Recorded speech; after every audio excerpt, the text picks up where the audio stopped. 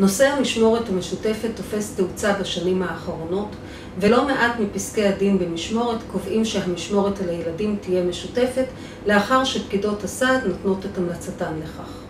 השאלה המתלווה לכך היא כמובן, מה גורל מזונות הילדים שעל האב לשלם?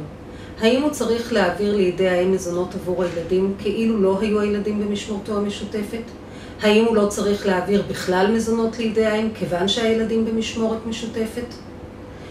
על פי הדין העברי, על האב מוטלת חובה אבסולוטית לזון את ילדיו בצרכים ההכרחיים שלהם כל עוד הם קטנים. אבל גם בישראל יש לנושא המשמורת המשותפת השלכה על המזונות. לפני מספר שנים קבע בית המשפט המחוזי בחיפה כי אב ישלם סך של 75% מסכום המזונות מכיוון שהילדים היו במשמורתו המשותפת.